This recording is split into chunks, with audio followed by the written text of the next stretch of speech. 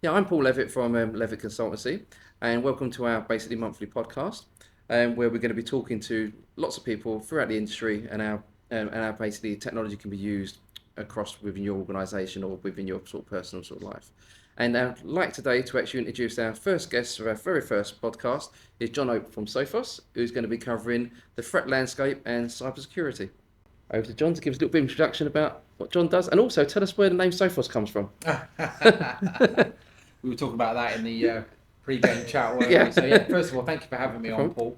Paul. My name's Jon Hope. I have the privilege of being Sophos' senior technology evangelist across Northern Europe Yeah. and Africa. So what that means in practice is I spend a lot of time taking things like all the interesting research that we do into the threat landscape and translating that into presentations that hopefully entertain, but also more importantly inform people about how they can do cybersecurity better and how to keep themselves safe in today's modern landscape. Talking about where Sophos came from, it's actually derived from the Greek. So Sophos means enlightened or wise. And it was selected as a name by our founders many years ago in 1984 when we were founded. So in the world of fast-paced world of cybersecurity, we're a sort of a long-termer that's been around for a long time. And obviously during that period of time, we've seen an awful lot of changes in the threat landscape. Yeah, I remember Sophos literally back in the early 90s and things. And I very first got involved in IT when wasn't a thing as such to in the industry. And I thought, oh, what's this Sophos thing? Because at that time, we only ever knew about things like McAfee and Symantec or Norton's. It was Norton's things what you had for home sort of stuff for security. And it was like stick an antivirus program on your computer to make sure bad people don't access your computer and things at that time. And it was just Windows and obviously you had the Apple and people had Apple Macs and things. We don't need security on Apple Macs no more because no one goes to Apple Macs. It's only Windows PCs. So there was a big push on that. Mm-hmm. And then I remember getting involved when I was working in local government. That Sophos had really sort of like started doing deals with local government and making sure schools are protected across the UK. Mm-hmm. And they started every school, especially in London. They had every school in London had Sophos. And that's when I first approached, well, I first come across Sophos as being an antivirus sort of like tool. Well, things have changed quite a Yeah. lot since then. So we're still in the we don't call it antivirus anymore. We call Yeah. it endpoint protection. Yeah. But we do an awful lot more now. So part of my story actually transcends this topic, which is acquisition. So Sophos have been busy all over those years acquiring various different businesses. So I actually was running the channel in the UK and Ireland for a firewall business that Sophos acquired. We've bought all sorts of different companies to propel ourselves out of the endpoint space into things like network protection, network infrastructure, wireless capabilities as well, out into the public cloud. And also, as you're well aware, we now offer cybersecurity as a service to combat the really challenging threats, and also advisory services to help organisations keep constantly reviewing their cybersecurity infrastructure to make sure they're doing all the right things. So yeah, we still have endpoint protection at our roots, but the world is a much bigger place now. And why did they change it to just being like antivirus and become endpoint? What was the big thing? Is that because of the multiple devices it sort of looks after now and the multiple device what people are using to connect? Or is it just like To an market extent, terminology? but I don't think it's market terminology either. The reality is that most cybercrime committed these days doesn't really involve viruses. So viruses is really where we talk about things like having an email with an attachment in there, and that attachment will have some malicious software, and they're all malware, as we call it within the industry. And that is really where endpoint protection started, where antivirus started. But there's so much more to it now. The vast majority of successful attacks, particularly in the ransomware space, it's usually perpetuated by an actual human rather than a piece of code.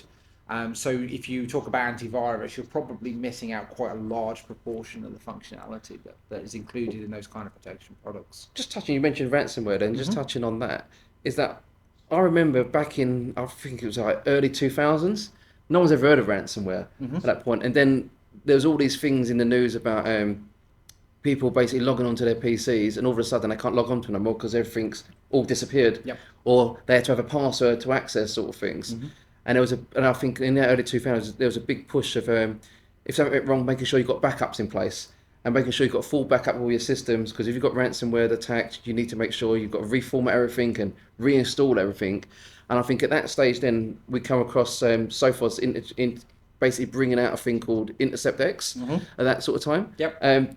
Was you part of all that sort of thing? Absolutely, Yeah. I remember those days very well. Yeah. Has it evolved from the normal that sort of day ransomware? Because I'm assuming it got more complex now, ransomware attacks or It's still Actually, the same ways. surprisingly not that No? much different, to be honest with you. The cyber criminals really latched onto ransomware because it's something that allows them to turn their malicious actions into cash very effectively and readily. So the underlying mechanisms of ransomware haven't really changed that much from a certain point of view. So for the benefit of the audience that maybe don't know exactly what ransomware is, we should probably talk about Yeah. a little bit about what that is first Yeah. of all. So essentially what happens with ransomware is a cyber criminal will get hold of a device or the data that's on that device, and what they will do is they will jumble it up in such a way that it is basically unintelligible to the user, so they can't access that data anymore, or maybe the machine doesn't power up anymore, like you said, and doesn't boot up because all of the data on there has been moved around.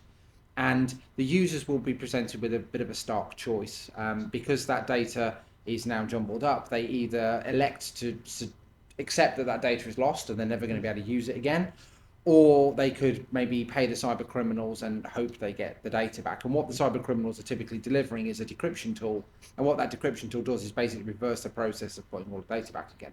So organizations are being held to ransom for their data or access to their machines.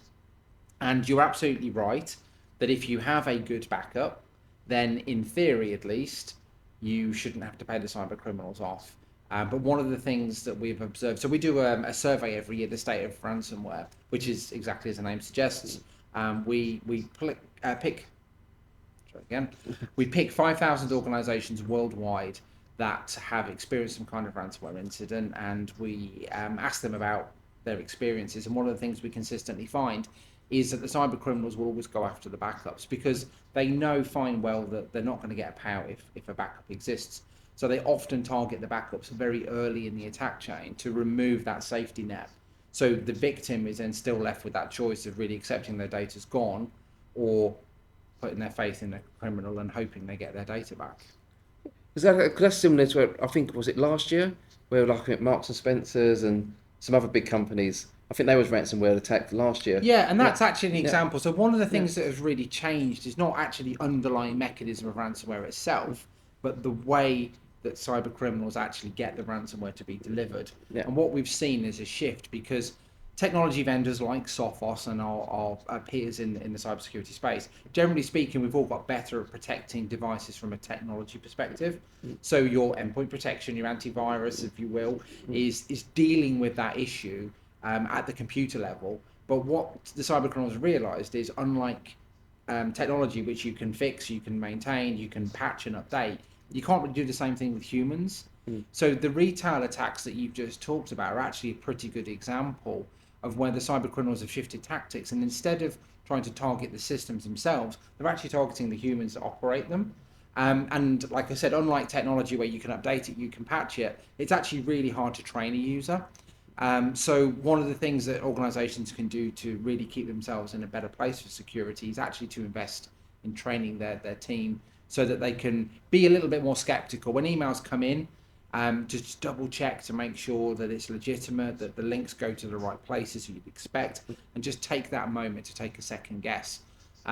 Because if users don't interact with these things, then to a large extent, many of these attacks wouldn't actually take place in the first place. Very easy to say that. The problem and the challenge that's going on is another change in the world of cyber crime has been the use of AI.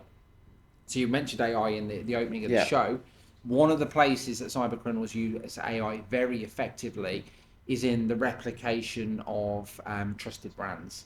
So as part of a social engineering attack where the cyber criminals trying to manipulate the human, they might pretend to be a well-known supplier or a well-known brand. And in the old days, we would have told users, look out for emails that are poorly spelled, poorly punctuated, because let's be candid, most cyber criminal protagonists, they're not native English speakers. So it used to be quite easy to spot these things. But AI gives the cyber criminal the advantage of instantaneously becoming a fluent English speaker. In addition, they can also replicate brands. So it's not just the imagery of brands, but also things like the tone of voice. So when an email comes in, it's increasingly difficult to spot whether it's legitimate because AI is used very heavily to basically stimulate those brands and abuse the trust that a user might have in that brand. Yeah, no. I mean, one of the things I've noticed that we were saying about that, Apple basically recently, I think about a year or so ago, in part of their updates they've done on their phones, is that they've got an AI assistant now. So obviously Siri's been in the phones for years and stuff. Yep. But they've got an AI assistant now, and I've noticed it a few times. It's a bit annoying sometimes. Is when someone phones you and you can't get your phone in time, the phone actually answers to the person, and it actually starts checking to see if that person who it is and stuff like that, and it actually asks them to record, and it will tell you whether it's a suspicious call, or it'll tell you basically, oh no, this is a real sort of person. Things, and it's so it seems like some of the technology companies, basically like Android for Google and obviously Apple with iPhones, they're trying to counteract the phone calls, sort of like basically AIs who are trying to trick people to get in their details to go and use that for absolutely furious needs. We use artificial intelligence very heavily as a defense strategy, and that stems back, if you want to go back into the history of Sophos, then once upon a time we'd have had a room full of people that all they were doing was really making it their business to get hold of as many viruses as they possibly could, and what you paid for back in the old days was a list of definitions of those viruses. In fact, in the really early days, we used to send out a floppy disk, if you remember those, every month, and you'd get one, and that would have all the virus updates. Yeah, DAT files they used to be, wasn't it? That's right. Yeah, absolutely. But when we got to a point where we were seeing 750,000 of those every day, then we realised that this isn't sustainable.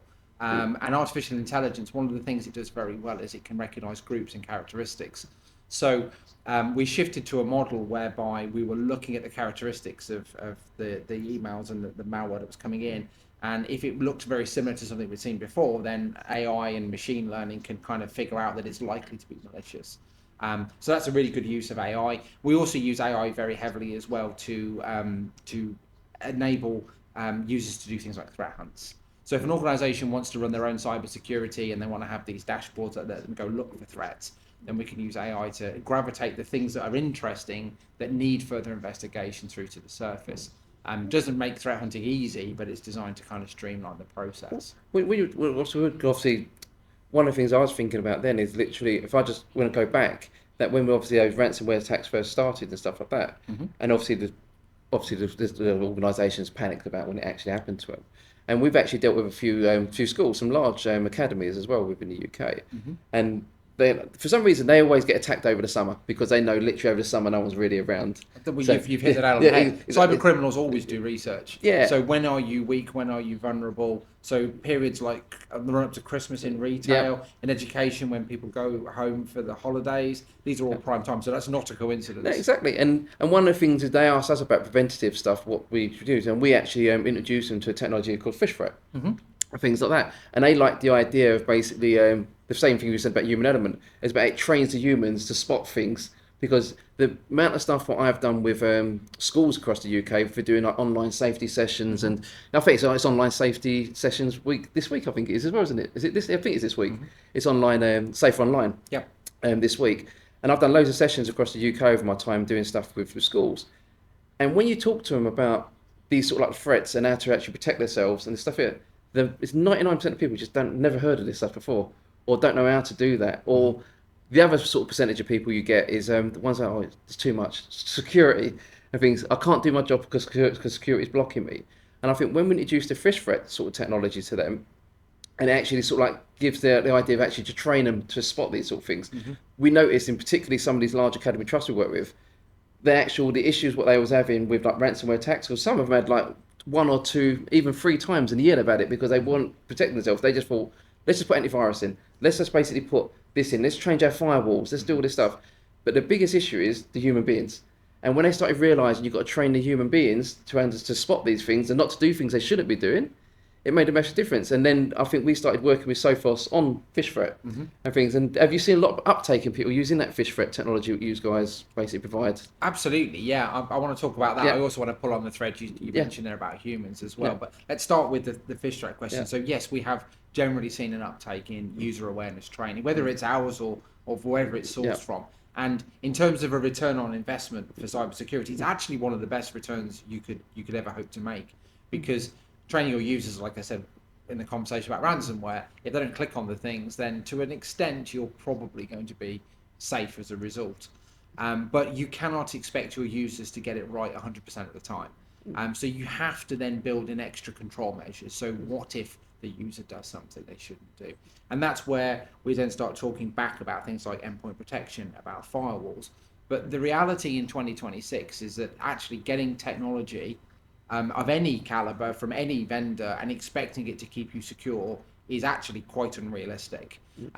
Because you are dealing with humans at the other end, so we have very talented hackers, cyber criminals that are launching these attacks.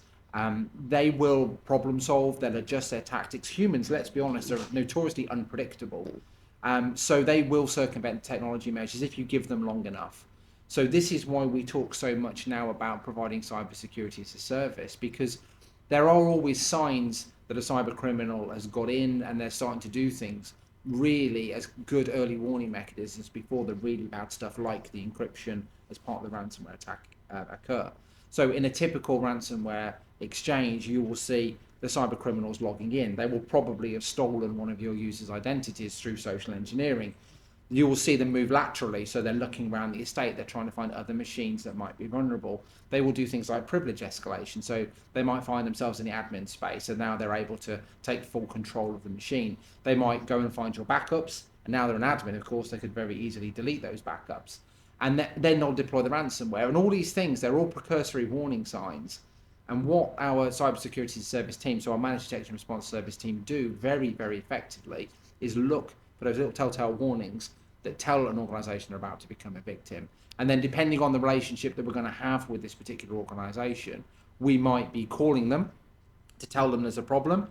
We might involve channel partners to enable a response action, or alternatively, we can actually roll our sleeves up and actually do that response action ourselves, which would entail things like shutting down malicious accounts, resetting sessions. So if a cybercriminal is logged in as one of your users and it seems to be legitimate, but we see bad activity, we can shut that down. We can remove malicious processes, basically clean up, tidy up, and then tell the user what we've done, why we've done it, and most importantly, how to avoid this and what to change to keep themselves more secure in the future.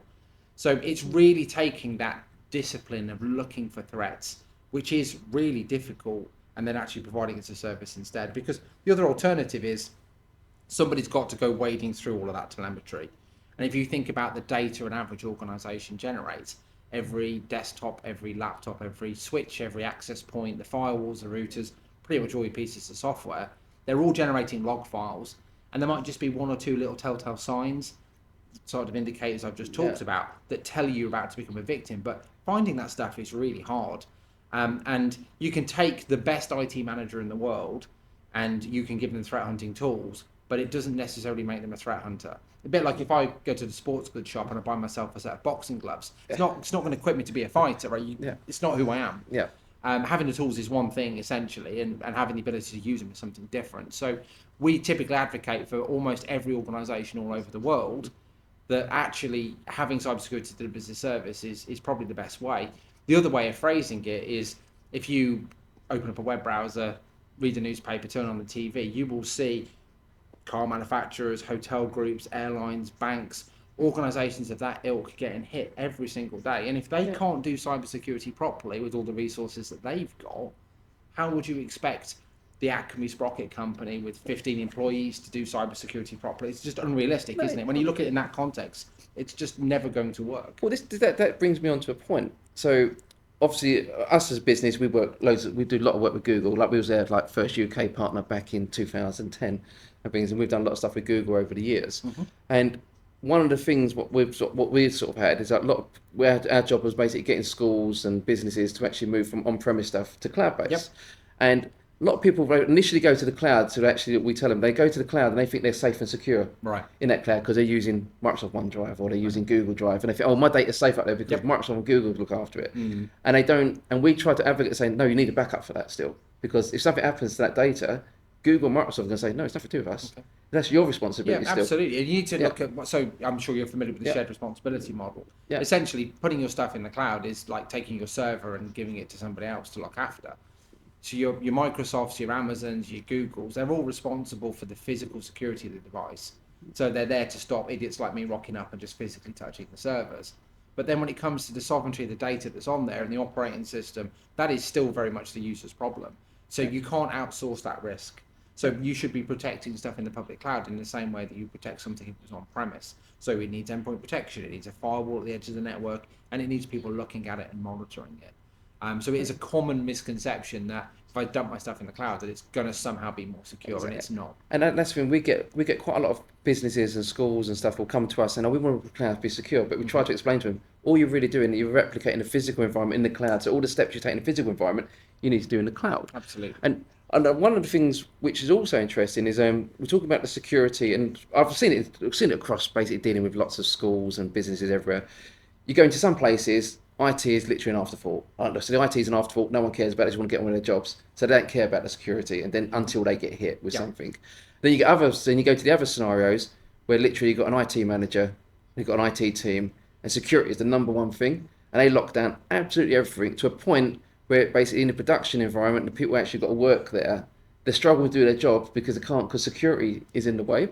And it's an interesting that Microsoft and Google issued a white papers last year on about basically removing passwords and things and actually decentralizing the password management of basically users, because they found that when you make passwords really complex and you put more security in place, human beings, by the nature of being a human being, will basically, this is ridiculous, I can't keep doing this work all the time, I'm trying to do my job. Yep. So they actually then find ways around it, which is what you're saying, is that then they actually create holes in their network. Yep. I mean, so have you seen stuff like that, same scenarios? And yeah, we would refer to that as shadow IT. So if you have too many control measures in place and people just want to get their job done, and if they have to circumvent that by finding their own ways of doing it, then the internet browsers are a thing, and Google and others for searching are a thing. They will figure out how to solve the problem using alternative mechanisms, and that's really bad from one perspective, because it is outside of the IT's control. Then they have no idea that this cloud storage has been set up, or they're sharing files on this platform. But what it does do very well is illustrate where security is letting the organization down from an operational perspective, because the two things can't be in isolation. The business needs to be able to do whatever the business is doing, but they need to do it in a secure fashion. And this comes really down to security culture.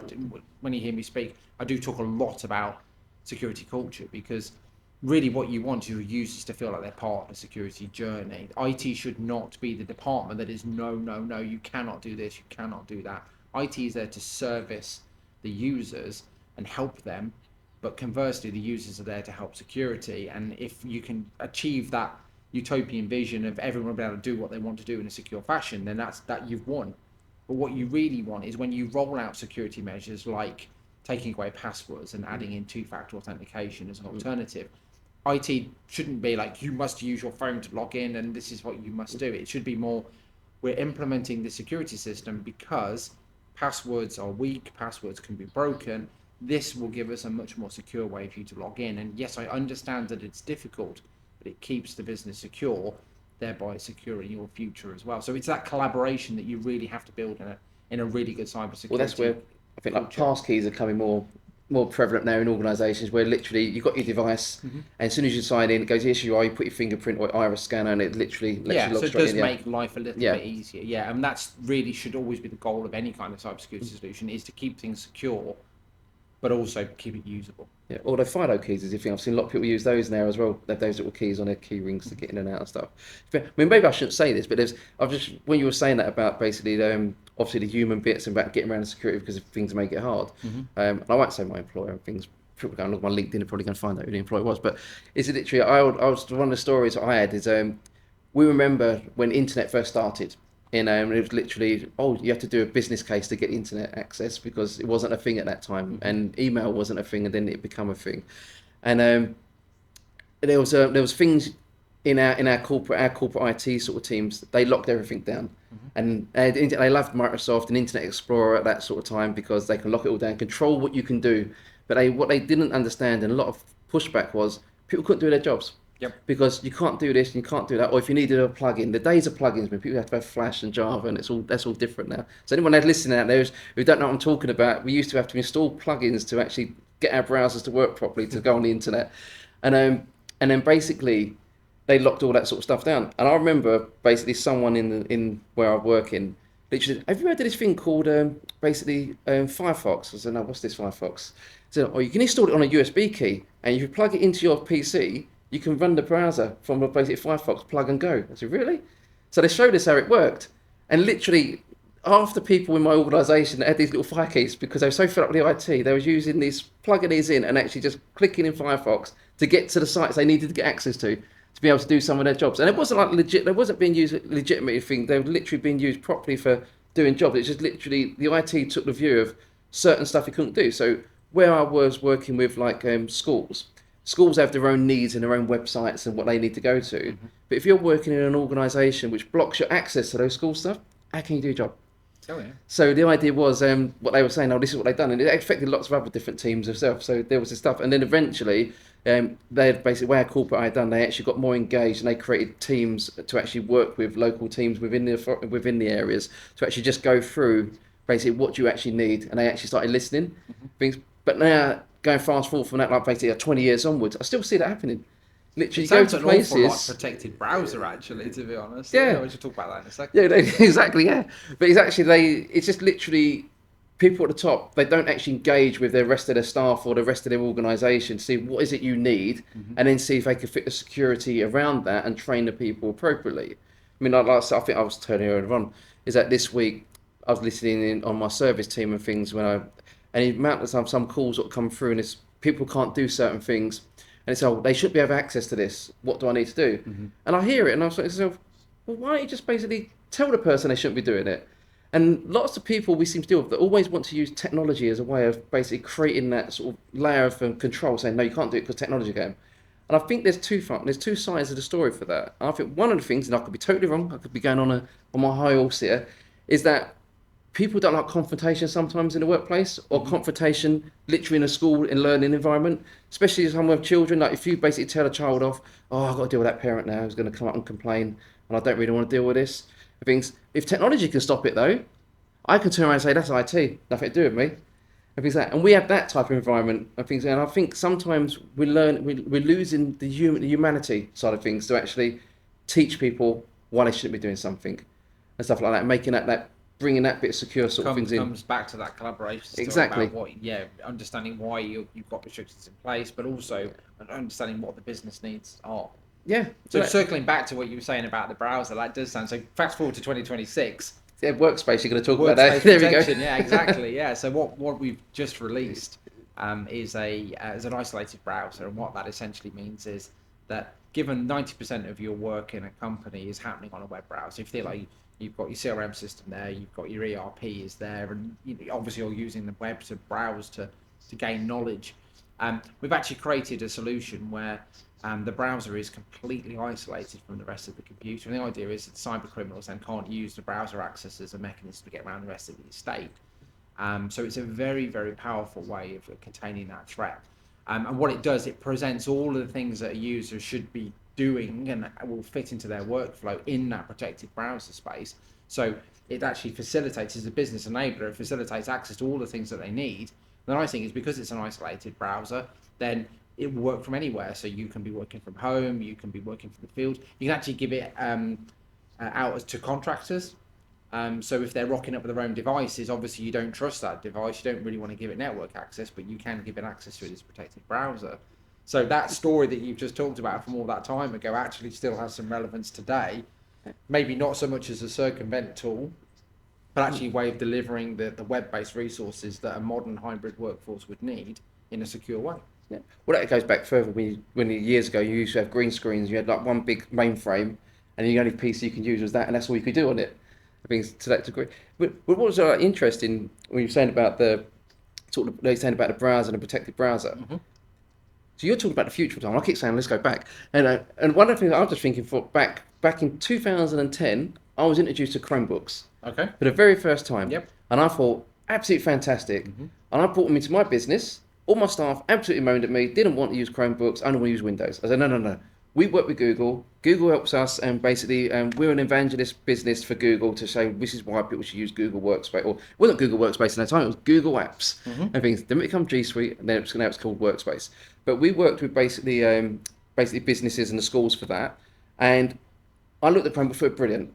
And to get Chromebooks, I had to go to Samsung store in central London, who used to get us loads of Chromebooks. And we used to get in a little van to drop them off to schools at that point.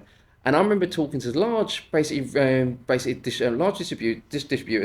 large resellers, and said, "Could you help us with these Chromebooks?" And everyone was telling me Chromebooks are not going to work. They don't. They're going to be rubbish. Windows, Windows, Windows. Literally, fast forward now, everyone wants Chromebooks. It's literally you can't go to any sort of store and not see a Chromebook around. And the reason why Chromebooks were popular because Google positioned it with the Chrome browser as that protected environment. Yep. And it's it. So based on where Sophos now are going with Workspace, was that actually aimed as a competitor to Chromebooks? Does it work with Chromebooks, or is it more aimed at the actual the Windows side of the business? So I wouldn't describe it as a competitor because Chromebooks certainly have their niche in cheap and affordable hardware, which is great for education. Easy to set up, easy to configure. So we're not necessarily in that space, and it will work alongside it will work alongside Google Workspace applications absolutely fine. But it's really to facilitate the kind of end goals are the same, but for the Windows estate, which is obviously an estate which is more at risk of cyber criminals. I know you joked about Macs not getting malware. That's not true, by the way. Exactly. It's so clear. But Windows is still the prime attack. I use Sophos on my Mac, so. Kind of trying to achieve similar goals to a large extent, offering that flexibility. Okay, because I know because Workspace only recently been launched, hasn't it? I think it's very very new, isn't it? I mean, and I know when we start showing it and doing demonstrations and then talking to customers about it and things, and on doing demos at like live events and things, what we do. I mean, the question's going to be asked, particularly from the school business.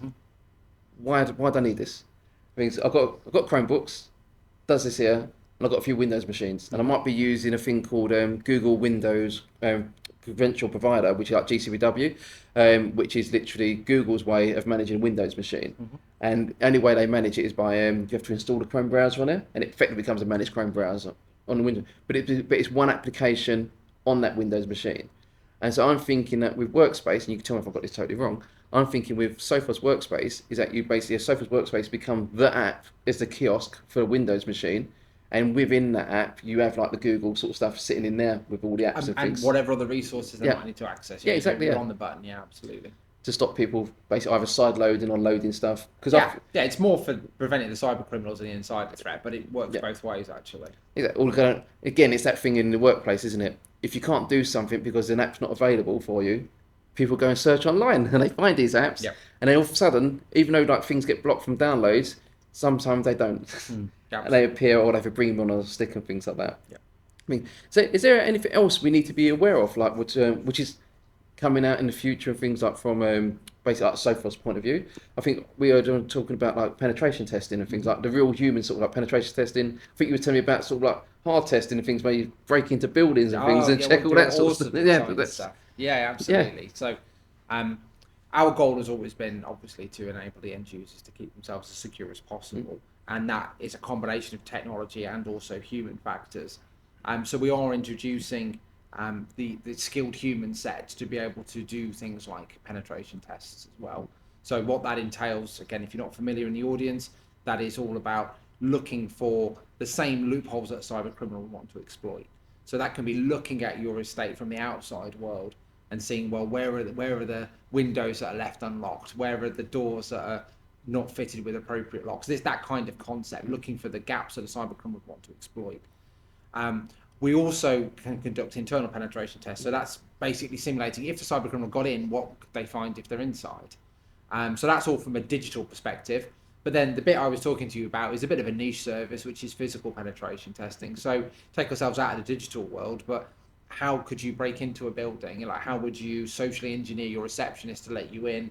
Or does somebody routinely leave the fire escape jammed open? All these kind of things. So that's an interesting area, just giving people that reassurance that they're digitally secure, they're physically secure. The other big area, which actually transcends some of the conversations we've been having about hybrid working, is identity.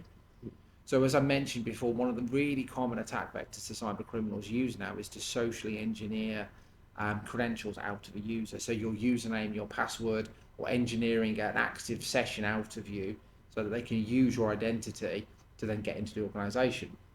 Now, this is really difficult for technology to detect, because from a digital perspective, if John turns up and he puts the right password in, how would you expect a digital system to understand the difference between me actually logging in versus the cyber criminals using that identity against the organisation. And then once you are in, you've got no control or ability to recognise that it's not actually a legitimate user. So cyber criminals get the access that I get.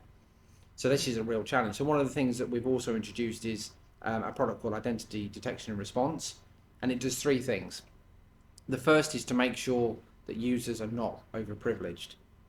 So if a cyber criminal gets hold of an identity, they should only be able to access a limited set of resources. You want to limit the blast radius if an identity is compromised. The second thing it does is constantly trawl the web looking for identities that may already have been stolen. Because there is a whole black market economy in identities. You can buy access into estates readily on the dark web. And there are cybercrime gangs that specialize in nothing more than just getting identities and then selling those as assets onto other cybercrime gangs. They're called initial access brokers.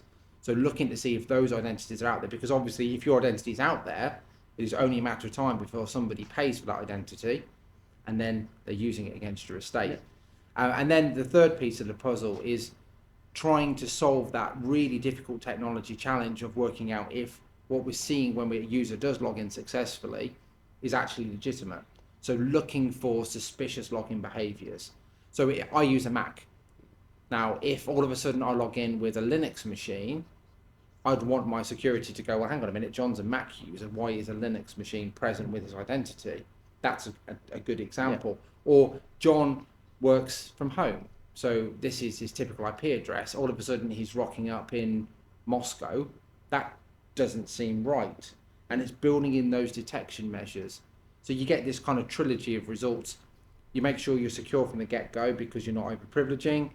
You make sure that your identities aren't already out there. And then you're looking for the active threats where identity is being abused. And this is such a common attack vector. It's about a third of attacks now involve identities at some point along the way. I think that's why was it Microsoft and Google just introduced risky logins.